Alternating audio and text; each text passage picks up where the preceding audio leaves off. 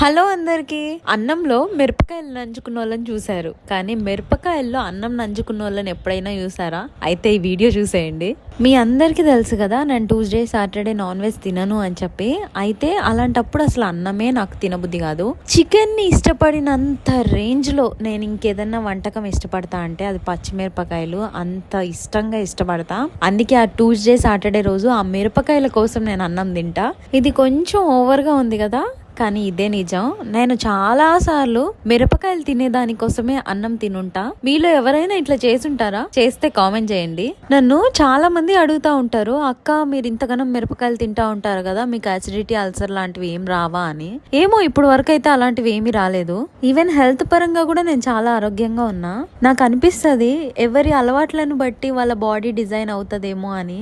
సరే గాని మీరు కూడా స్పైసీ లవరా? అయితే ఒక లైక్ చేయండి, కామెంట్ కూడా చేసేయండి.